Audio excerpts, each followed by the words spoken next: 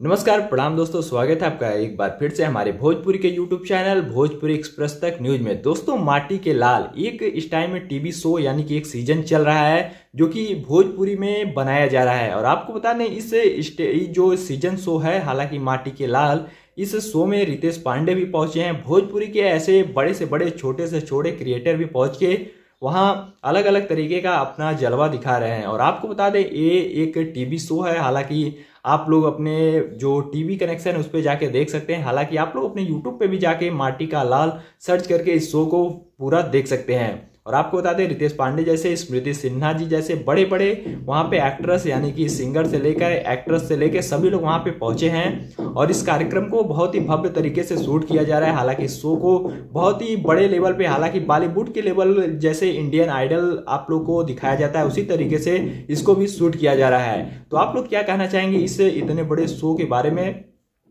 हमें नीचे comment box में जरूर बताइएगा। और ऐसी तमाम खबर सुनने के लिए अगर आप लोग हमारे इस चैनल पे पहली बार आए हैं तो वीडियो को लाइक करके चैनल को सब्सक्राइब करके बेल नोटिफिकेशन को ऑल पे जरूर से सेट कर लीजिएगा, क्योंकि ऐसी तमाम खबरें सिर्फ आपको हमारे चैनल से ही बताई और दिखाई जाती हैं। तो हमारे वीडियो लास्ट तक देखने के लिए बहुत बहुत धन्यवाद।